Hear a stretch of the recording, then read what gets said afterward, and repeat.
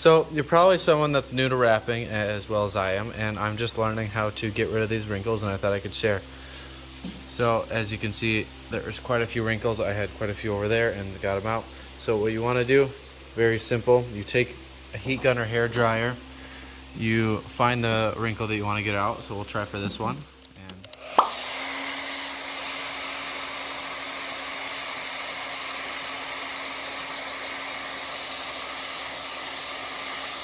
There's somewhat of a technique you want to follow. So these ones are kind of going this way, so you pinch outwards kind of like that to give more room, and then you go like that. And as you can see, slowly getting rid of them. Let's give it some heat.